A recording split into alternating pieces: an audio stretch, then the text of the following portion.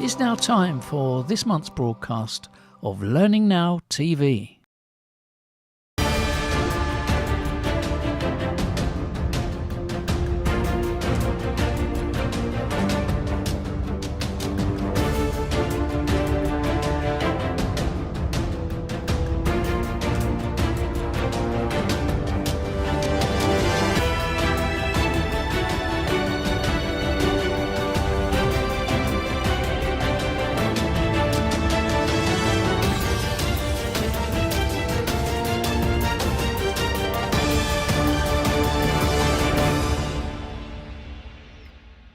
Welcome to the September edition of Learning Now Television. It doesn't matter that even though I am the grand old age of 45, halfway to 90, as I keep saying, September always feels like the start of a new term to me. That feeling of back to school after the summer holidays never goes away.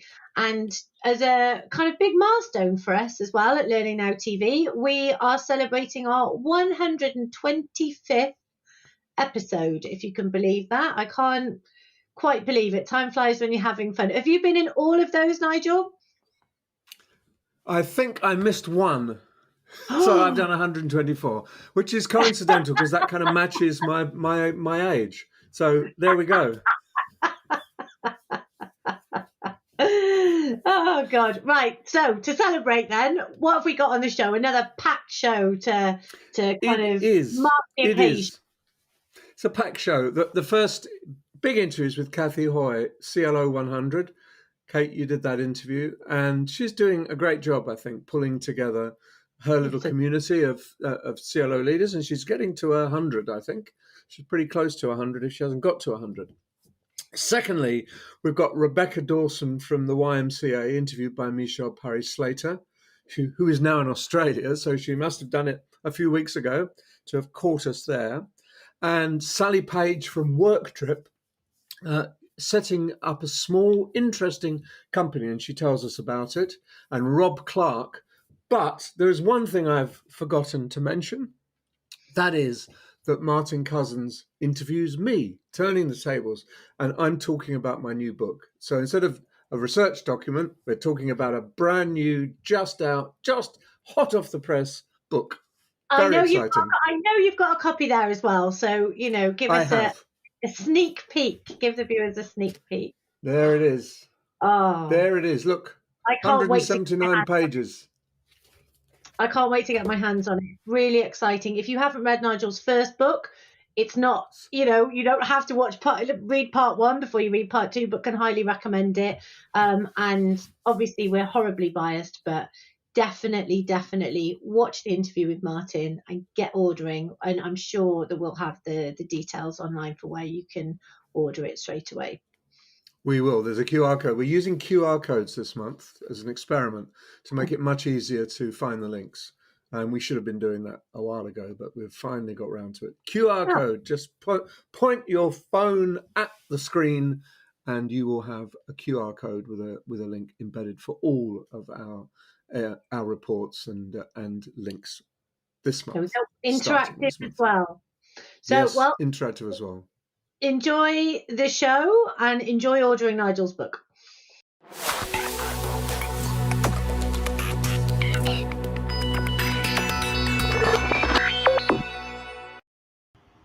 Well, I'm delighted to welcome back our next guest. Eagle-eyed viewers will recognise Kathy Hoy, who is co-founder of CLO 100, which is the home of learning leaders.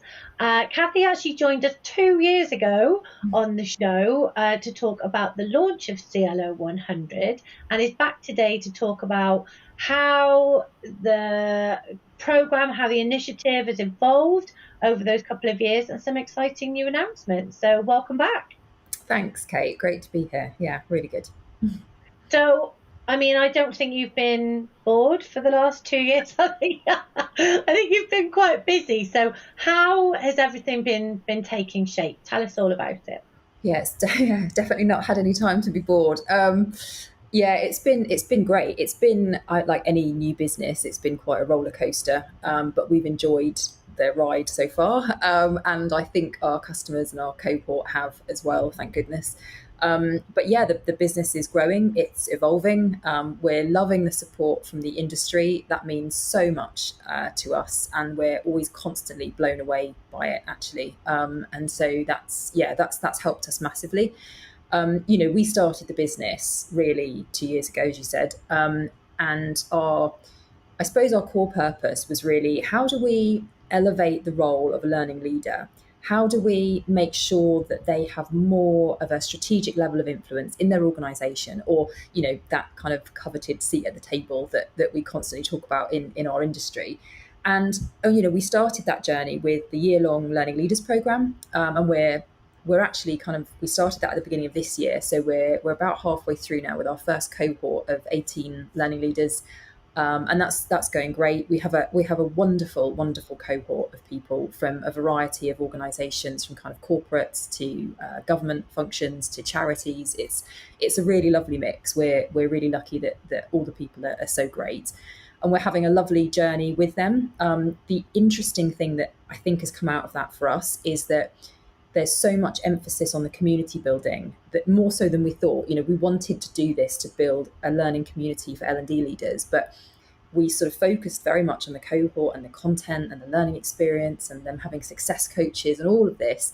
And yet, actually, I think the most important thing is the community and the network that they're creating. It's really tight. And I think that they're going to probably know each other and stay close for many years after this program's finished. So that's been a great learning.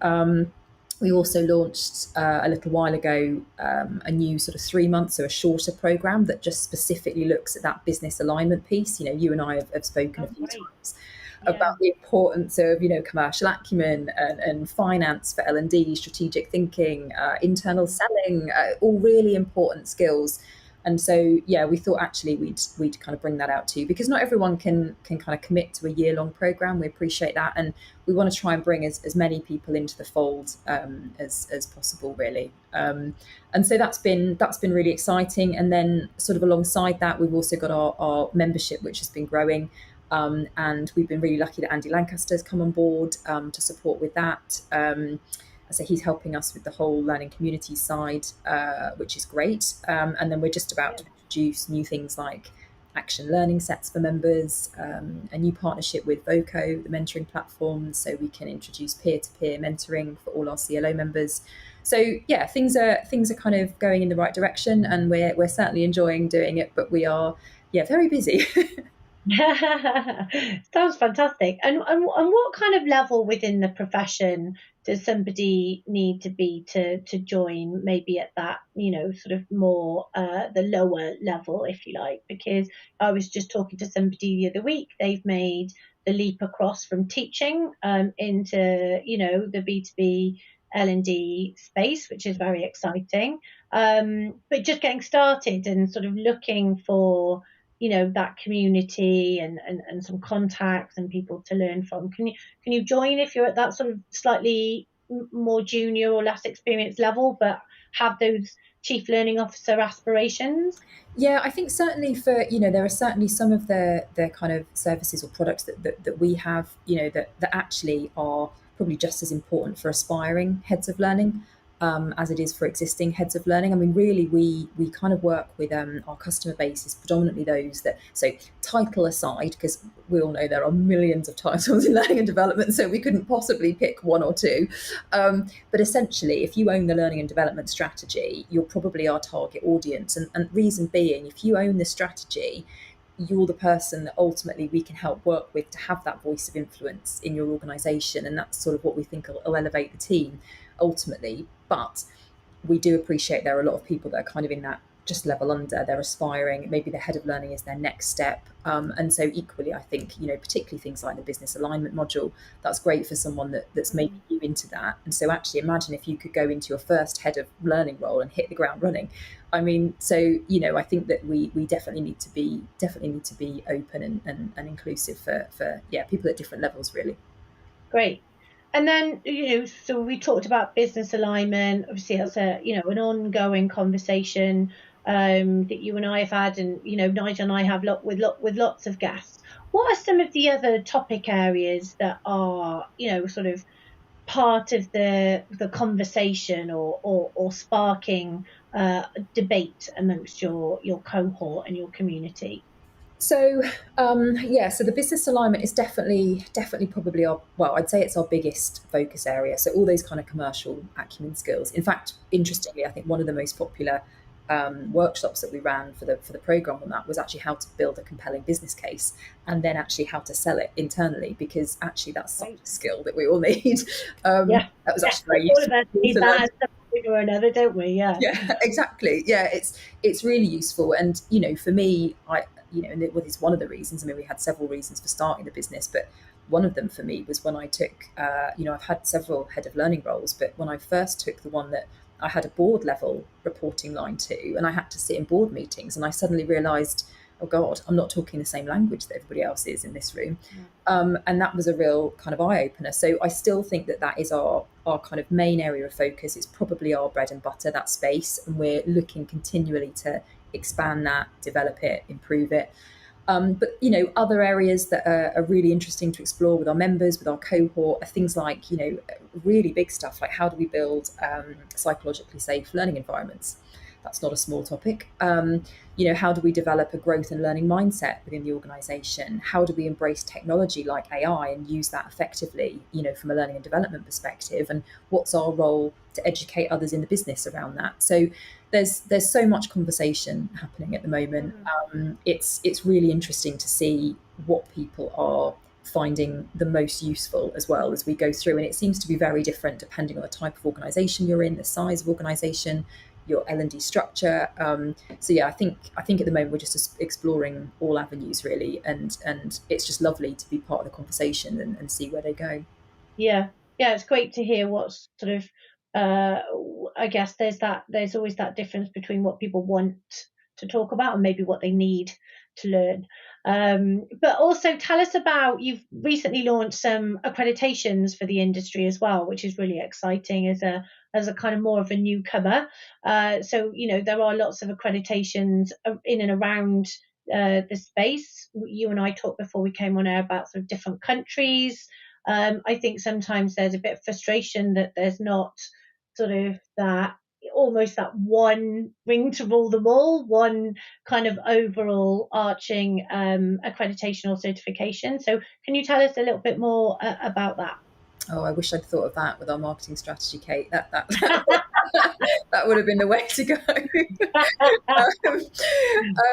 So we felt that there was we've got our membership, we've got our programs, and it's all really important for us to build this community and focus on business alignment. But we felt that there was, I suppose, like a missing piece, and for me that was sort of twofold.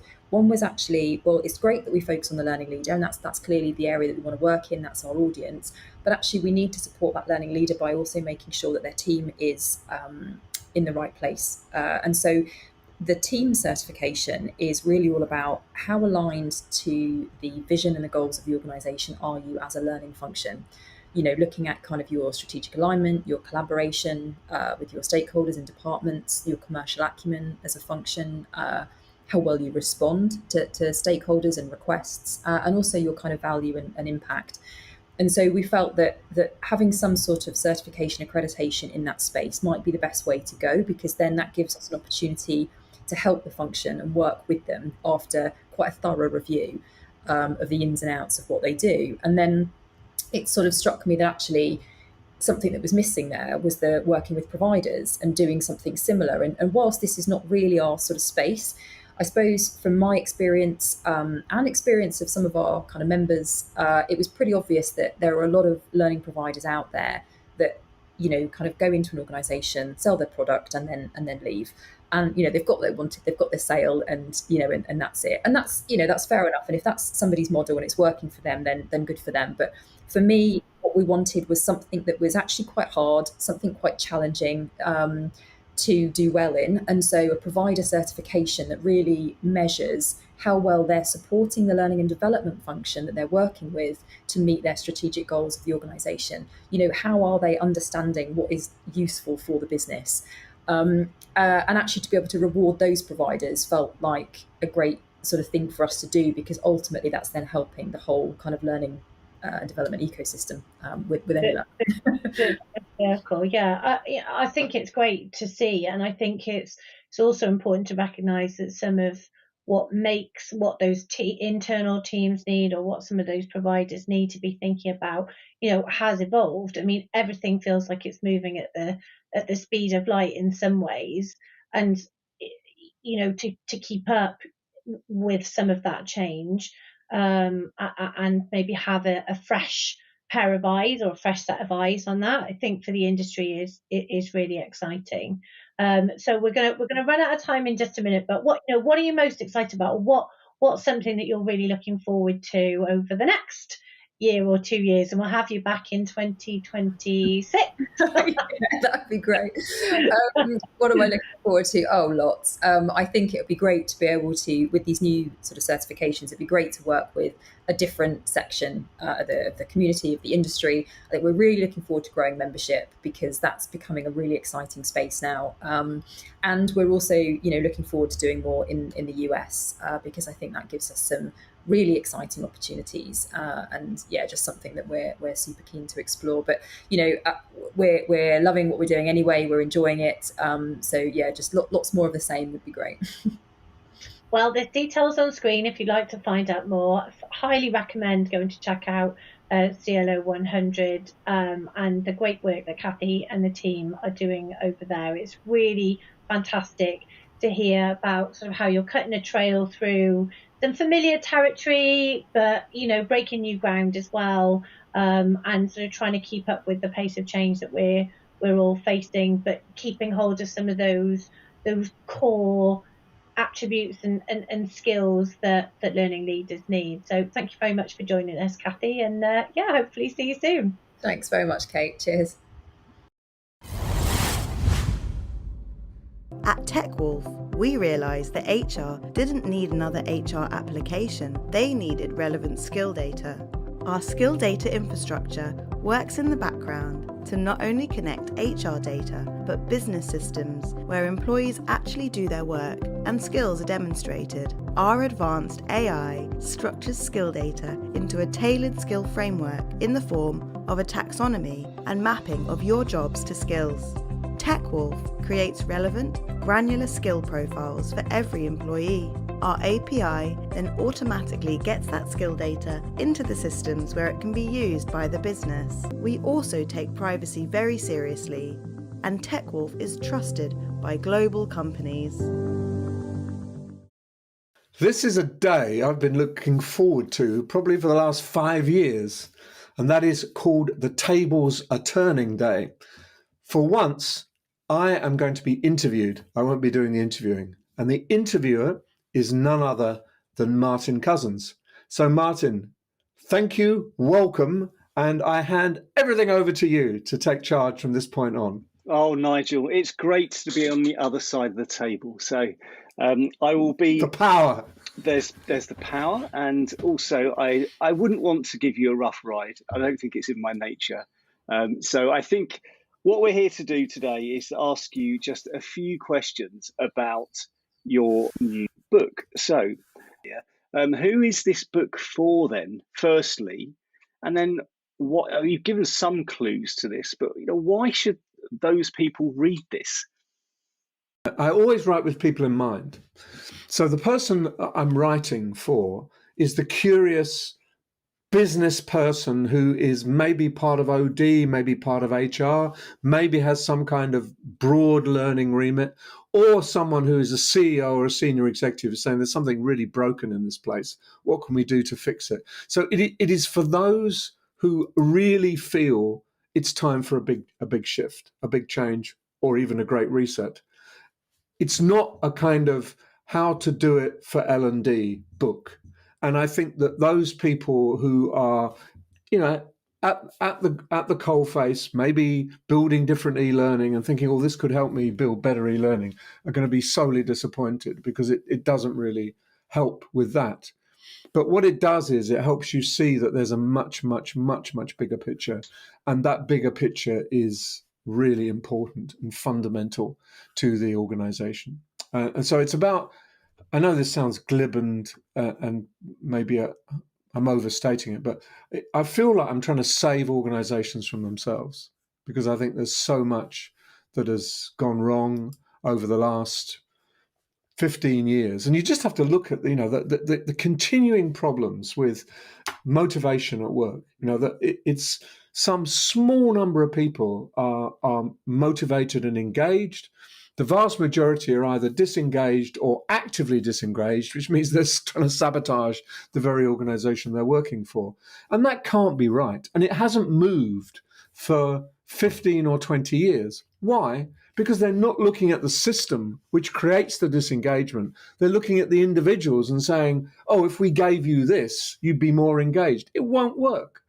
Anything that is solely focused on individual behaviors and say, you should behave better, without addressing the fundamental issues, is not going to work, in my belief. So therefore, what I've done is I have essentially looked whole system and some of the things that work. And what I wanted to show you is, that I built it around values, really.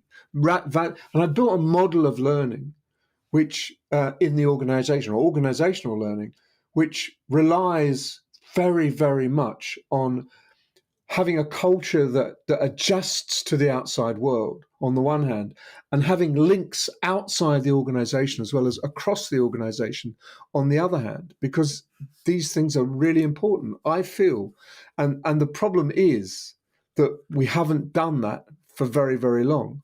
And in not doing that, we end up, as I say, taking a very superficial punt at change. And what I want to do is take a much more holistic punt at change in the organization. And that is harder. And I've never denied that. You have to look more deeply. You have to think more deeply. But the result is you end up with something that is way, way better than something that is superficially linked to the organization. But it's really not going to do very much at all. So that's it, basically. Okay, so let me just pick up on the fact. Now, just before we get inundated with messages from our audience saying, well, but we're learning leaders, we're learning professionals, and you're talking about whole systems, you're talking about the organization as a whole, you're talking about it not being a kind of learning handbook, really. So what is in it then? What is in it for learning professionals? There are 5 values in it. And that gives you an idea of the scope of the book. Value 1 is value relevant and helpful work systems and processes. It's basically saying a lot of the problem is caused by people working with systems that are outdated, processes that don't work, or ridiculous hoops that have to be jumped through to be able to do anything. And I'm saying you have to build helpful work systems that encourage less red tape and action and creativity and initiative and connection. And if yours don't, work on them. And if you work on them, you then have to do it again, because they will also get out of date as the organization evolves. Value 2 is value decency and human kindness. So I think that is very important. I don't see why people should have such miserable times in most workplaces. I don't see why people should be treated as badly as they are in most workplaces. And I think that it's unacceptable. And I also think that it stifles initiative, creativity, innovation, and commitment. Full stop. So it may be hard, but if you've got that in your mind, if you want to value decency and human kindness, there's a whole agenda opening up, and you've got to do it. It's very interesting. The British Airways have got a new, I think, pretty good CEO. And he is saying that to change the organization, we've got to fundamentally change our systems. And we've got to change the way that we deal with our people and with our customers. So, compared to the previous group of CEOs who couldn't have cared less about their people or their customers. This is a revelation. And he's got something like 200 or 300 initiatives going on at the moment to completely transform the organization over the next 3 or 4 years. And I think he'd accept that as a value. My third value is value teams and small group working. And what I'm saying is the baseline group is a team, it's not an individual. I don't want anyone to have an individual KPI, which you didn't do that or you did that, as if anyone is responsible for what they do on their own or anyone is responsible for what they don't do all on their own. And I'm going back to Boris Groysberg in the 1970s, Russian psychologist, who said people learn better in their zones of proximal development with their peers and when they're working together on learning together, solving problems together. And I think the idea that is so lacking in most organizations is pretty shameful because we known about it for 50 years.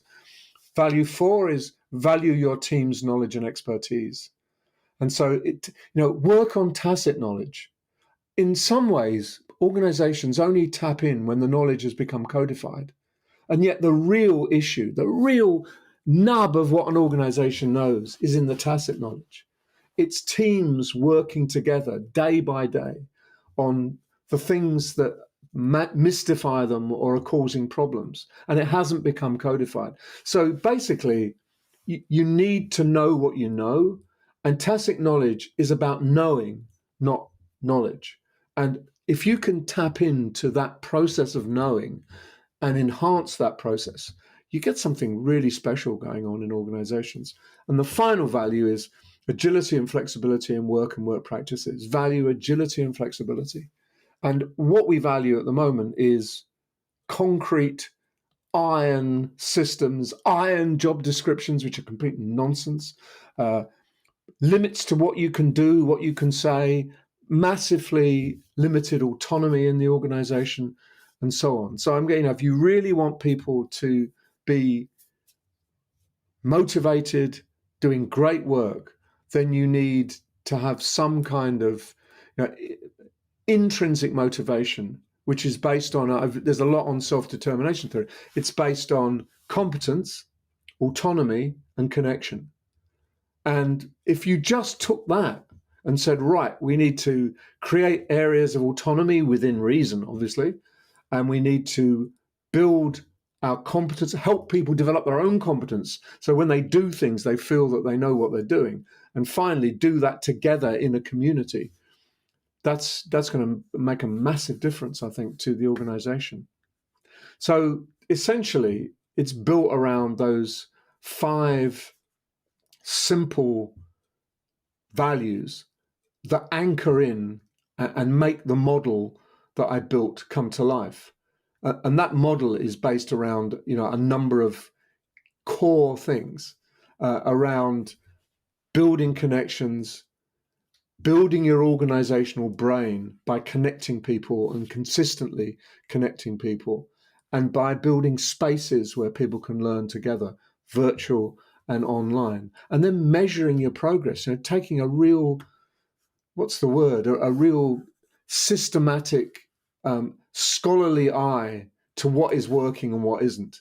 And don't just believe the bullshit, that is it working? Find your evidence, bring the people involved, and get the whole organization to focus on the problems that affect the organization. So it's about building spaces, connecting people, connecting ideas, testing and measuring, and building the organizational brain, the organizational brain is based on the metaphor that, like the neurons in our brain, we're smart because of the connections between neurons, not because of the neurons. I think organizations are smart because of the connections between people, not because of the individuals. So, I go a long way away from the norm, I think, but it's important. I just think these things are worth debating. So that's the nub of the book, I think. I've told it to you straight.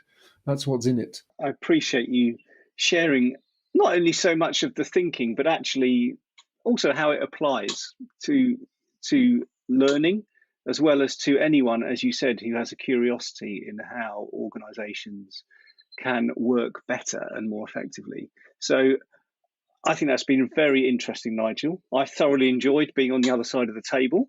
And you've got one last shot at reminding everyone the name of the book, and I presume we will probably have on screen where you can go and find out more about that. So the name and when's it coming out? The book is going to come out this month, September. So by the time Learning Now TV goes out, this book will be out. And you can buy it either as an ebook, Apple or Kindle, or a printed book from the LDA Press. I'm having an Australian. I'm having an American publisher this time, and that has been very interesting in terms of spellings. But it gives me a lot more flexibility in how much control I have over the book.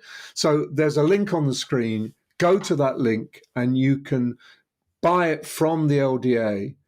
Or it's going to be available in Amazon stores all around the world, particularly Amazon.com and Amazon.co.uk. Brilliant. Thanks, Nigel. It's a pleasure. Thanks, Martin.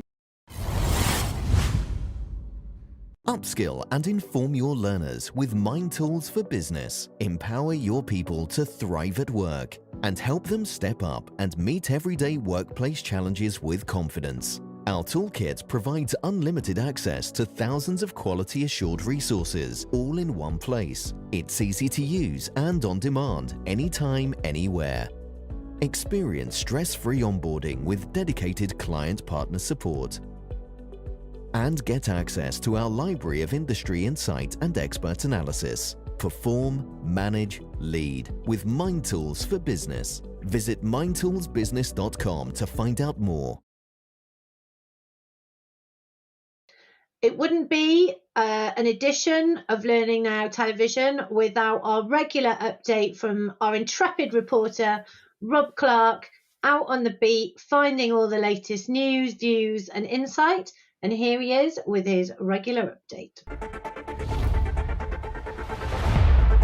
Learning News reviews the 2024 list of top emerging edtech companies. Skills has replaced compliance as the biggest driver for learning and development activity. We take a look at the priorities for learning teams. There are growing differences in workforce readiness between Gen Z, Millennials, Gen X and Boomers. And a report on the job losses in learning at CIPD earlier this summer.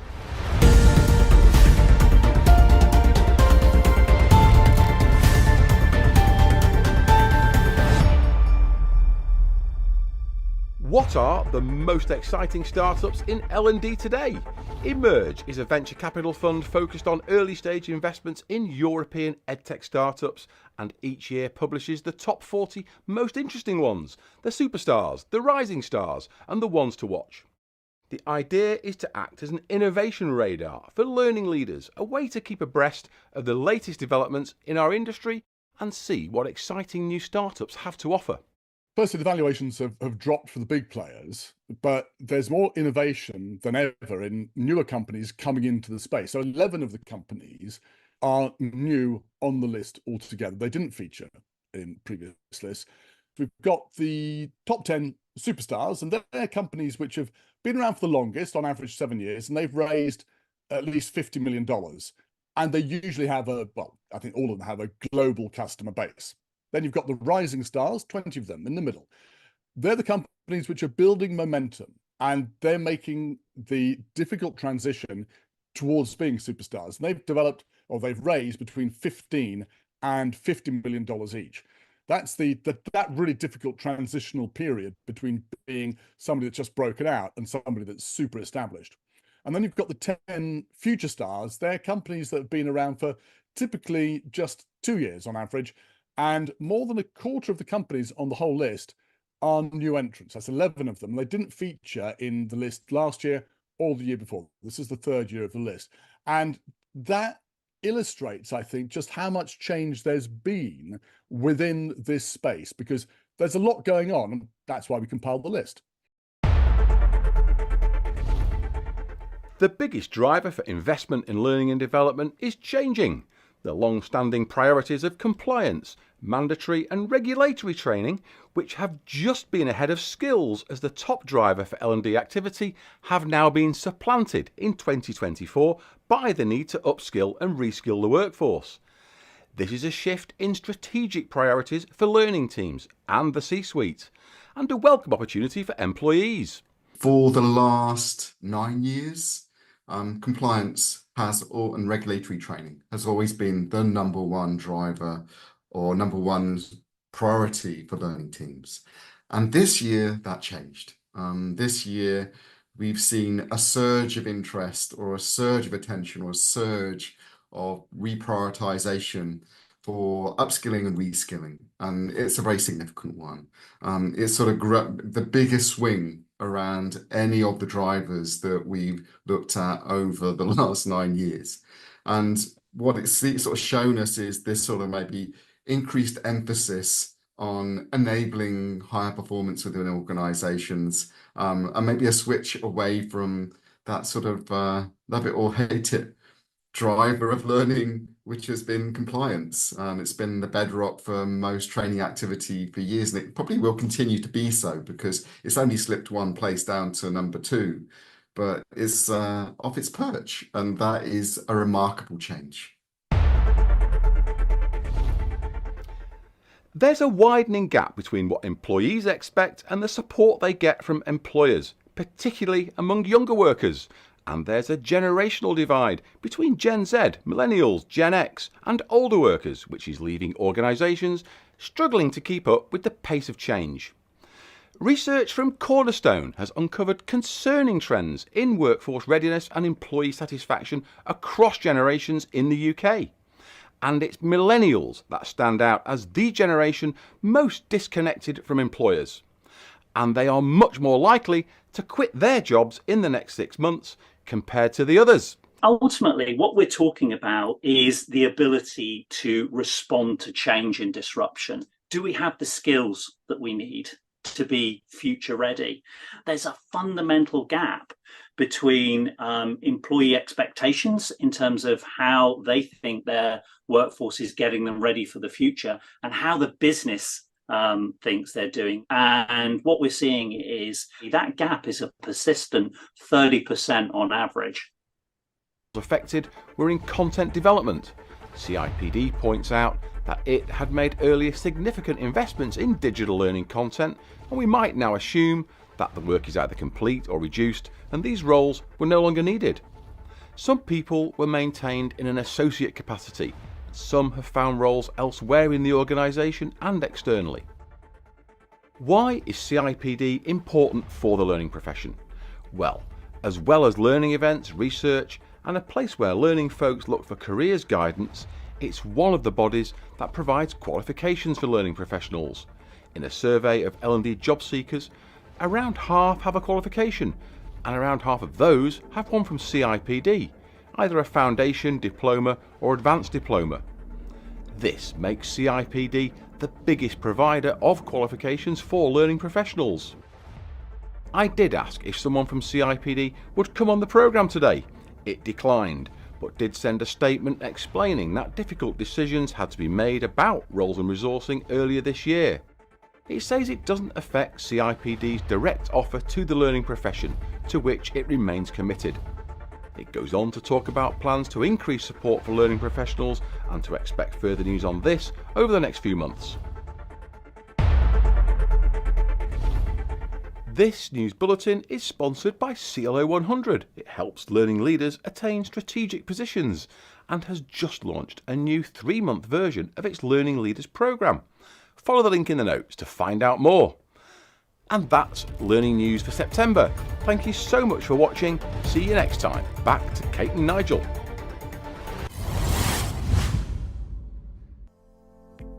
Are you productive or are you just busy?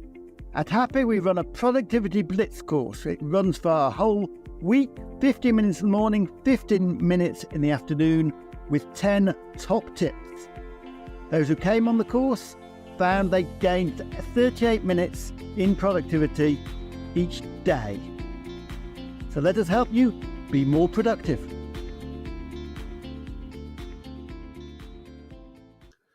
Now, we're continuing our work with the Charity Learning Consortium, and Michelle Parry-Slater is off to talk to Rebecca Dawson of the YMCA, and she's talking to her about what the YMCA does with the data it collects from its regular staff survey. So, intensely practical, interesting report from Michelle. We're back on Learning Now TV with our Charity Learning Consortium guests. I'm super excited today to be talking to Rebecca. She'll introduce herself in a moment, but the conversation today will really take place all around data and value. Now, who doesn't want to know more about data and value? So, Rebecca, do introduce yourself to Learning Now TV today. Thanks, Michelle. Hi, everybody. My name is Rebecca Dawson. I am the Learning and Development, the head of Learning and Development at Central YMCA. Central YMCA is an organisation that focuses on advancing the education, health and well-being of our communities. So you might be familiar with us offering housing. We don't offer housing. We just focus on supporting disadvantaged young people into work and into physical activity. Brilliant, thank you. So talk to us about the data that you've been gathering. Why have you gathered any data and what have you found out about your learners as a result? Okay, so initially the impetus for gathering data was we had brought somebody in to conduct something called a temperature check, which was a type of focus group. But when we actually received the report from this temperature check, it was very difficult to divine what the data was actually saying. There wasn't any weighting to it, and there wasn't really much clarity. So the initial vision for the employee voice survey, the first one, was trying to clarify and weight the data in the temperature check. So I went over the report with a fine-toothed comb and pulled out what I thought were the 5 key areas, which were mental health and well-being, engagement and connection, recognition, culture and values, and change. And then I asked in the survey everyone to weight each of those values, each of those key areas in accordance with how much they felt it was going to impact their experience at Central YMCA and how important it was to them individually. And then we aggregated all of that data and came up with a priority list. We also gave people the opportunity to confirm that they were happy that they were the right areas and to suggest any other priority areas not covered by the list. But so what we learned from that. So this was all data you were gathering from your employees about, their life at YMCA. What did you find out from that? Okay, so what we learned from this was that the most important thing to our people was the mental health and well-being. And as the program developed, it became responsive, and each survey was based on the feedback from the previous survey to help us try to dig down and really understand the challenges faced by our people. So the second survey was on mental health and well-being, as that was identified as the key priority area. We did a lot of work in that area, and then the feedback was that while they appreciated everything that we had put in place, actually the biggest problem that was affecting their mental health and well-being was the work-life balance. So then we focused the following survey on work-life balance. So everyone says we should follow the data, and it clearly is something that you've done. And by following the data, it's proved valuable to you. You've learned more about people. We could have perhaps said, well, just go and ask them. But how many people are we talking about here, Rebecca? How many people in your organisation? So we have about 400 people in total, of which 215 are staff. The rest are made up of self-employed and casuals. And part of the thinking behind this was that everybody knew anecdotally the challenges that the organisation were facing and the challenges that they were facing, but that there was a growing disconnect between the senior leadership and the rest of the staff body in terms of understanding. And I think for a while, people had felt like things were happening to them rather than necessarily with them or for them. And so giving the people a voice really allowed them that mechanism to say, hey, this is how we feel about what you're proposing. So rather than the top layer just deciding that this is what the bottom layer and everyone needs, actually consulting with them and using their thoughts and their feedback to bake into the people strategy and the operational plan. That's wonderful. I mean, you really have got some amazing insight. And I think giving a voice to people through the survey means that they could speak freely. Perhaps that was a part of it and a valuable aspect to surveying. You've done lots of surveys, it seems, not just one staff survey. Yes. At this point in time, we have conducted 6 employee voice surveys. They've been done currently on a quarterly basis. We are due to conduct another employee voice survey in the next month or two. However, each of the surveys so far has been a very intentional piece of work that is trying to discover something specific that we can then turn into meaningful change in the organization. And at this point, we need to use everything that we've already learned to plan for our upcoming financial year, which begins on August the 1st. So we've made the intentional decision to not just conduct the survey for the sake of it, but to use that time to review the program, examine where it's working, examine maybe any areas in which it's not currently working for people, and also build in the feedback to the strategy and operational plan for the coming financial year to make sure that we're not just collecting the data, but we are transferring that data into tangible action, which is the key part to build trust within people and make them feel like it's not just a tick box exercise. So specifically, what has the data shown you about learning and development? Okay, so we do collect the data anonymously, and we do that to create that psychologically safe space so that people can feel free to speak their mind without constraint. However, we do gather the department, tenure, and seniority. And we use those 3 areas for trend analysis. As an organization, we're very, very diverse. We have 2 health and wellbeing centers, a gym and a yoga and Pilates studio. We have an education function that delivers like college alternative study programs. We have an apprenticeships function. We have an awards function, which is an awarding body that develops qualifications. And then we have a fit function, which delivers the qualifications created by the awards function. So all of these corners of the business work very, very differently. So it's all very well conducting an organization-wide survey to discover that XYZ is the biggest problem overall, but actually that A and B might be the biggest problems for club and the health and wellbeing function, and what the challenges faced by the awarding function might be completely different.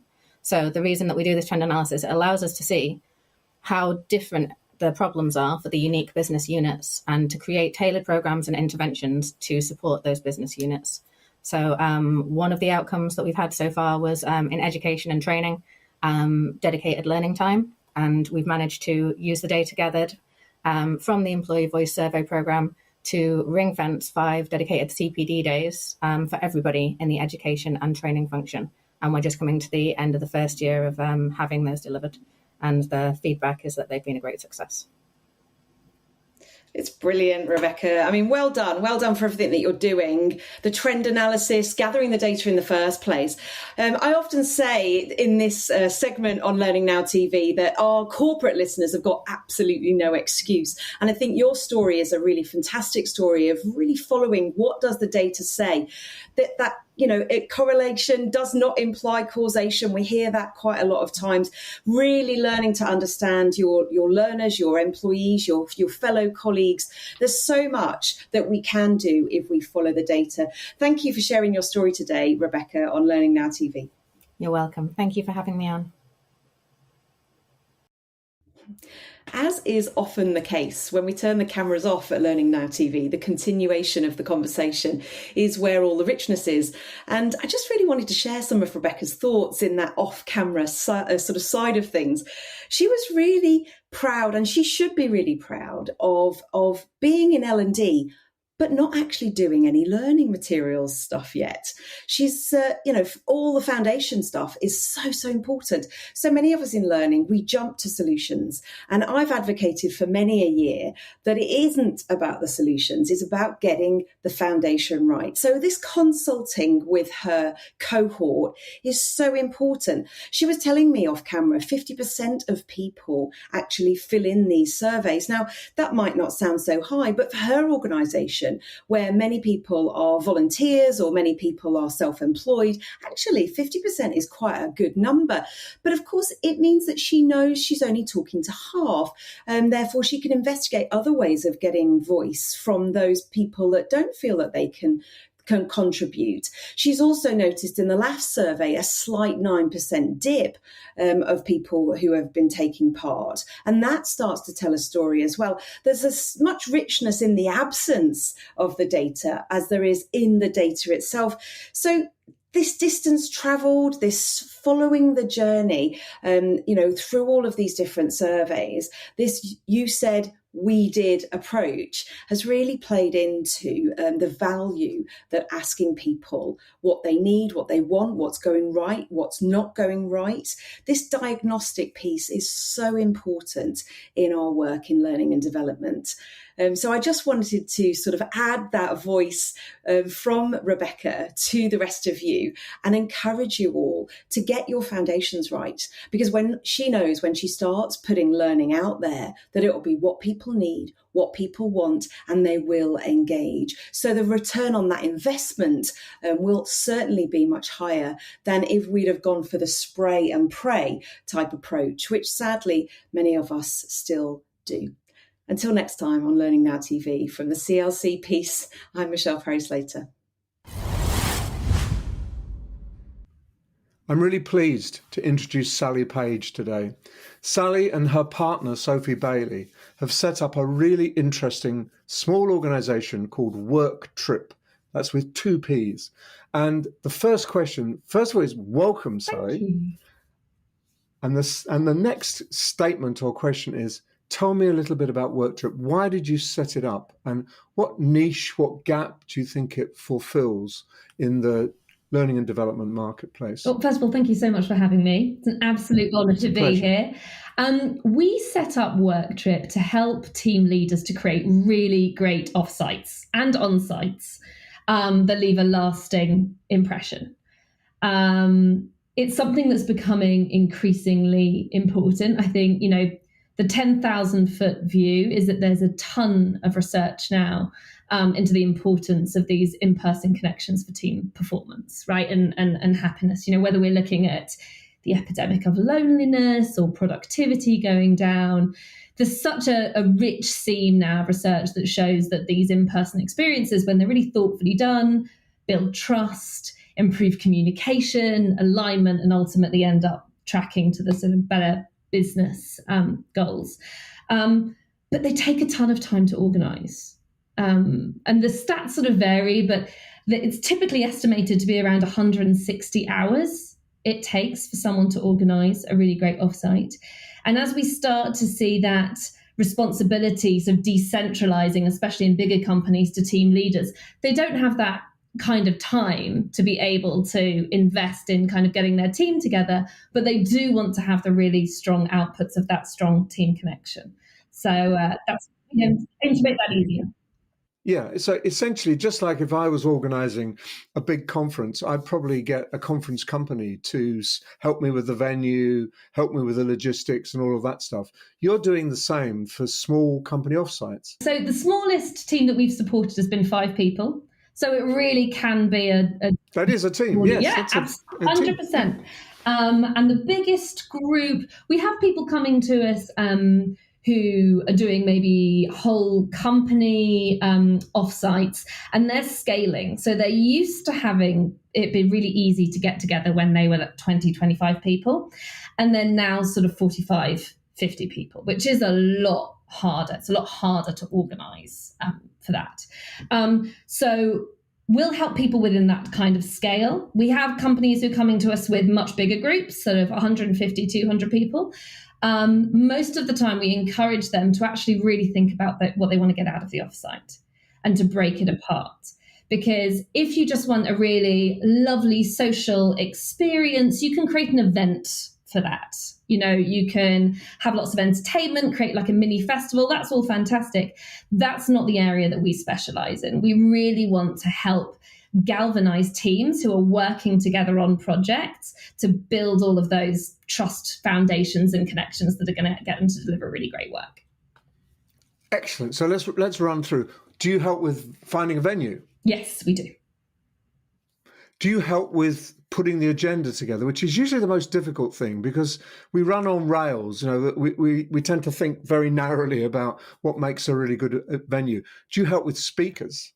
If I need someone to motivate the group or to talk about overcoming trauma or something like that, would you help with that? Yes. And by the way, I love that you asked both of those questions, because most offsites are treated as a logistics exercise, and it's totally understandable why, right? We've got to think about where we're going to go, when we're going to go, how much it's going to cost.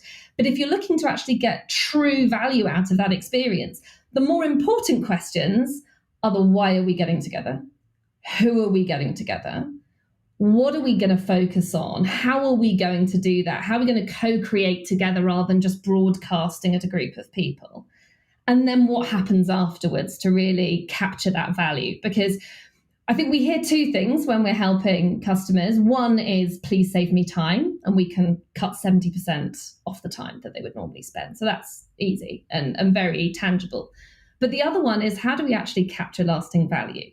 So many people have been on great offsites that really felt wonderful, and we had loads of great qualitative feedback from it.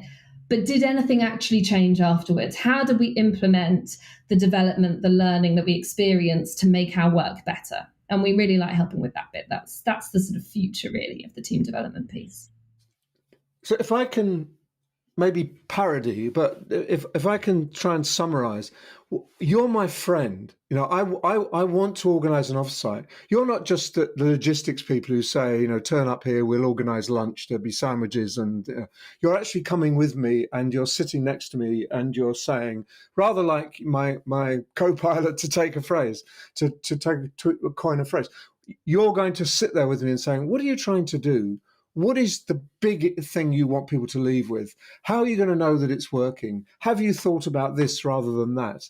Is that right? So you're actually spending a lot of time on trying to understand the event before you start to organize the event, rather than I say, I need an offsite one day and an evening meal, and you say, oh, right, okay, I'll find 3 venues for you and 6 menus. It's much more than that. It's a kind of, it's much more intellectually rigorous in terms of your input and your help that you would give me if I was inviting you to do that. Absolutely. Is that right? It's that strategic piece, and there's a bit of upskilling in this as well, right? For if you are an L&D leader, there's a lot of stuff that you know instinctively about how groups of people work together, when they get together, and how to make that a really great experience.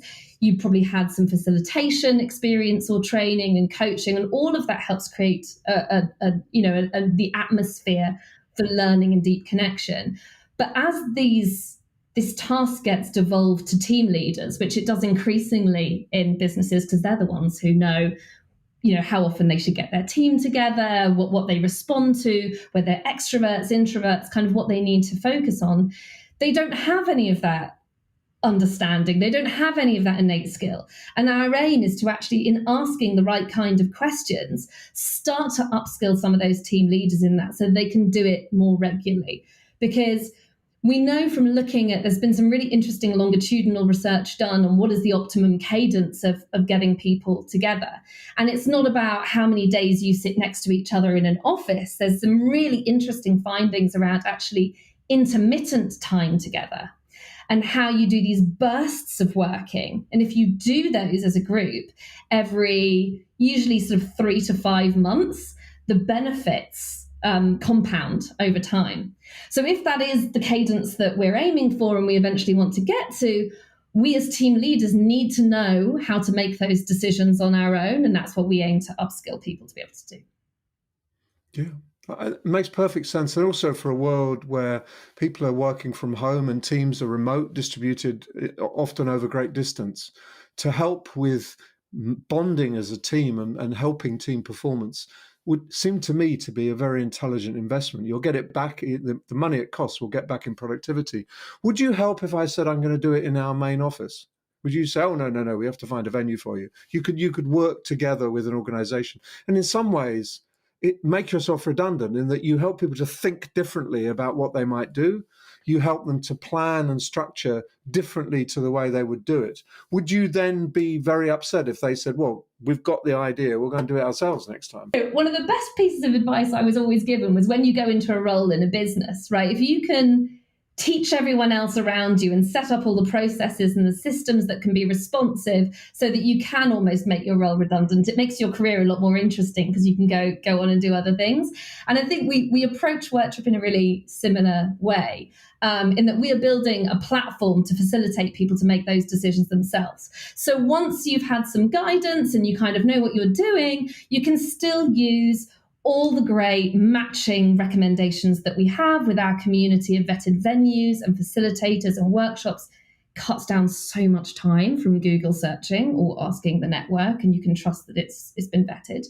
And you can capture the impact of the offsites that you're doing. So you can see over time the actual progress that you've made. And we one of the things we're really proud about is that we want to help team leaders map it to the stages of team development. So getting them to recognize, are you in this sort of trust building phase? Maybe you're a new team, you haven't worked together very long, or people haven't met in person.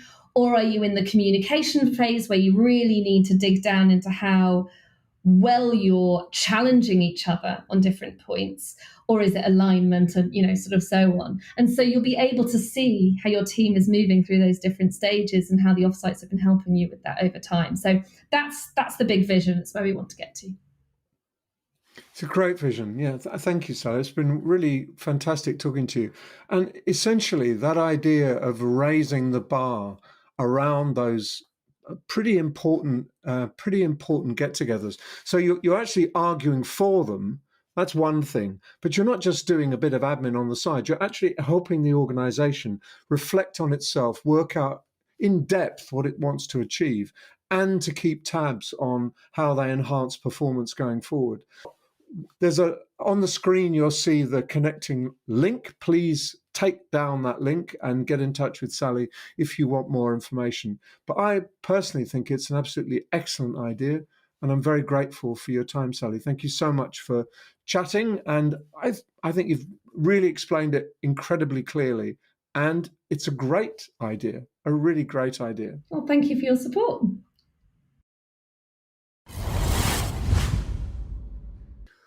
Well, that's another program over, our 125th program, no less. It's quite an achievement, absolutely amazing. And we look at Kate, she gets younger every month. It's extraordinary. The years just fall off her. As learning TV is obviously really, really good for her. Really good for her. Colin keeps having to let the filters on. We talked about Kathy Hoy. What did you like about the interview? So what I love about Kathy's approach is that she's been there. So I think a lot of, program certifications, they're coming at it maybe from an academic point of view, or, they've not necessarily had that experience of walking a mile in somebody's shoes. And I think, Kathy's been there. She's worked in some really big, complicated, complex enterprises where learning is essential for so many different people's roles, so much of the success of the company. And I think being able to translate that, use her network, her years of experience to be able to bring in some of the, great voices, the great thinkers, and sort of build a program. And this is my words, not hers, but I guess almost build a program that she might have used when she was in some of those organizations. I just think that's fantastic. And to see the kind of drive to expand globally, they're branching out into the US, etc. I absolutely love that. Obviously, I spend a lot of my time speaking to people in America as well. And I love the idea of working towards more I guess, more common standards, and that sort of more democratized approach.